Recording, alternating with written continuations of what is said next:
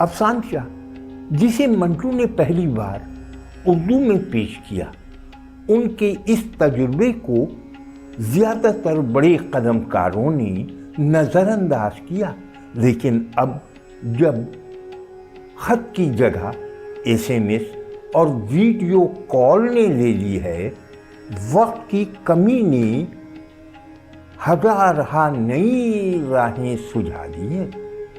ہر زمان کے ادب میں مختصر کہانیوں کو اولیت دی جانے لگی ہے۔ ایسا لگتا ہے ناولوں کا دور، داستانوں کا دور گزر رہا ہے۔ آئیے ہم بھی اردو کی مختصر کہانیوں کی صنف سخن افسانچہ سنتے ہیں۔ سنتے ہیں پرویز دلو کا افسانچہ رمضان۔ نیک بخت نے بہو اور 2 پوتیوں کو جھگڑا کر کے 2 سال سے میکے بھیج رکھا تھا۔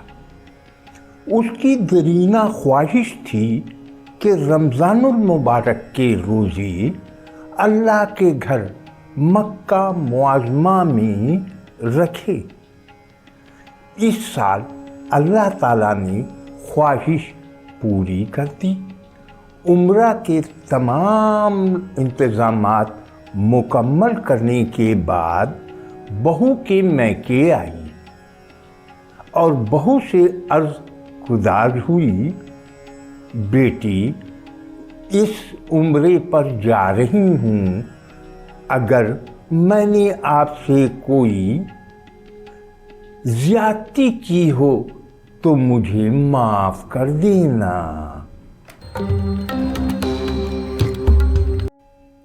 آئیے دلشاد نسیم کا افسانچہ سنتے ہیں۔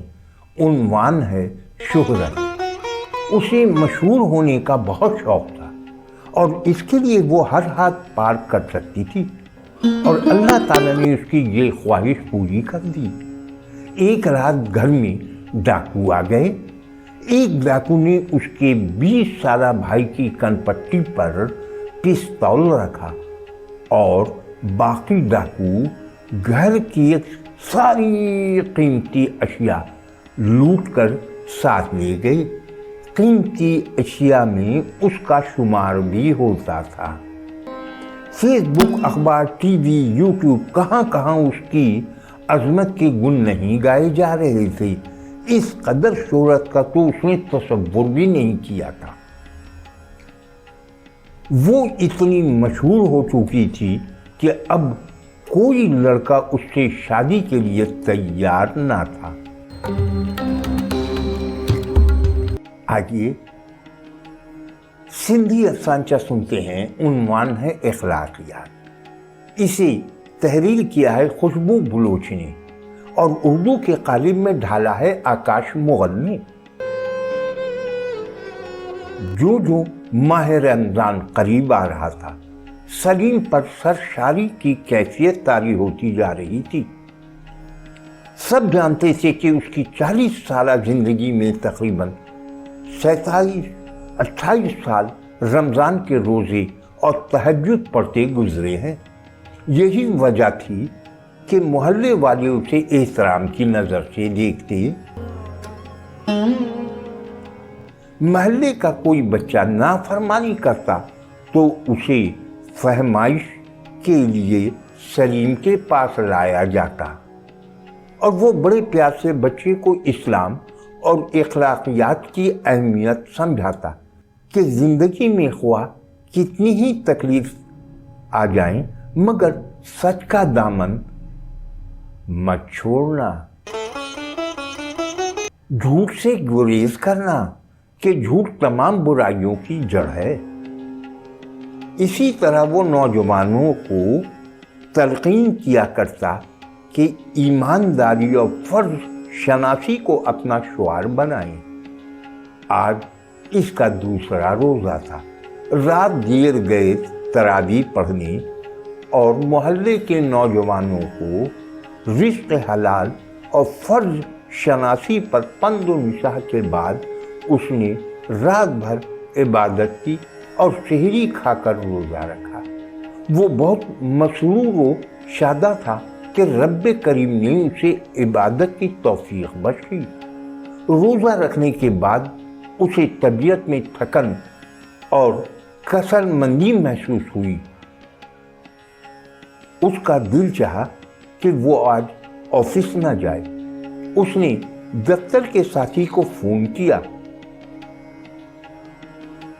یار جاوید، آج میری طبیعت کچھ ناساز ہے، حاضری رجسٹری پر میری طرف سے تم میرے سائن کر دینا، اور ہاں اگر صاحب میرا پوچھیں تو کہہ دینا ابھی ابھی باہر گیا ہے۔ رمشا خالد کا افسانچہ سنتے ہیں۔ عنوان ہے اعتراف۔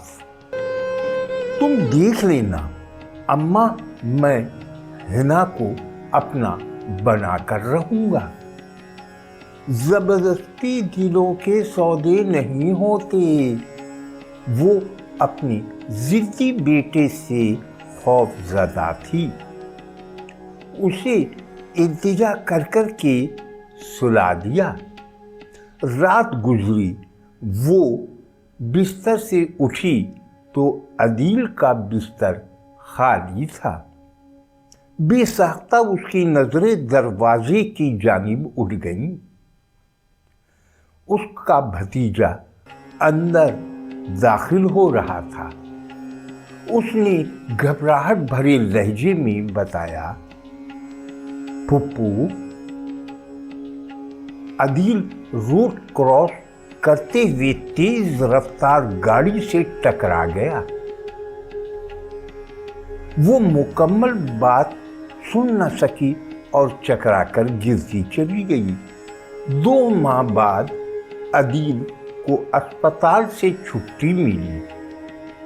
وہ چلنے کے قابل ہو گیا تھا، مگر بے ساکھی کے سہارے۔ پتر، تو اتنی صبح کرنے کیا گیا تھا آخر؟ اماں نے ناشتہ دیتے ہوئے پوچھا۔ وہ سر جھکا کر بولا، میں چاہتا تھا حنا اگر میری نہ ہوئی تو کسی کی بھی نہیں ہوگی، اسی لیے تیزاب کی بوتل لیے اس کی طرف دوڑا تھا۔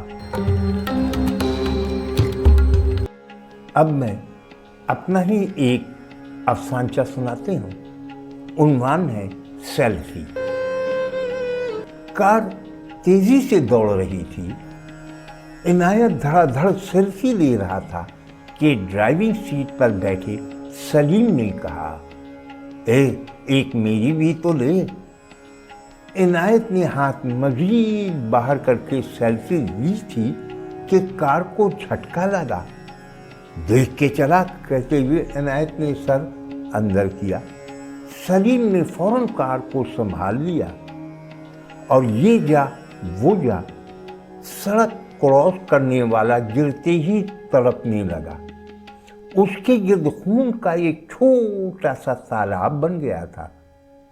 لوگ بھاگتے ہوئے آئے، ایک مجمع سا لگ گیا۔ کئی نوجوان آگے بڑھے اور مختلف اینگل سے سیلفی لینے لگے۔ اب زخمی کی آواز کراہ میں بدل گئی تھی۔ وہ رہ رہ کر دھیمی آواز میں فریاد کر رہا تھا، کوئی اسپتال پہنچا دے۔ یہ آواز آصف نے بھی سنی، مگر وہ فیس بک پر اسٹیٹس اپڈیٹ کرنے میں مشغول رہا۔